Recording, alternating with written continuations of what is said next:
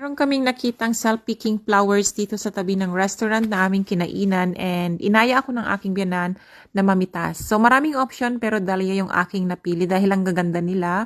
So after that, magbabayad ka I-shoot mo dyan or dito yung ilalagay mo bayad. dyan yung bayad mo.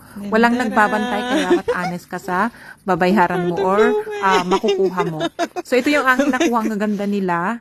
And pagkarating namin sa bahay, of course, nilagay ko siya agad sa aming base.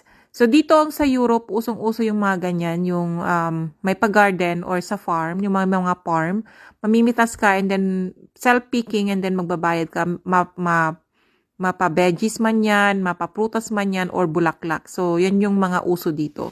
So, first time ko din yung ginawa na mag-self-picking. And lumabas kami ngayon kasi parang, ngayon yung pinaka-celebration ng aking biyanan. So, nilibre niya kami. Kumain kami sa isang restaurant, Filipino restaurant, na nirecommend ko, which is yung Ria's Best. Nagustuhan nila yung food, mga Filipino food tulad ng kare-kare, may kaldereta, laing na mayroong lechon kawali, yung dessert nila, yung Shanghai na gulay, tsaka yung meat. So, yun yung mga kinain namin. So, yun lang. Masaya yung araw na to kasi magkakasama kami.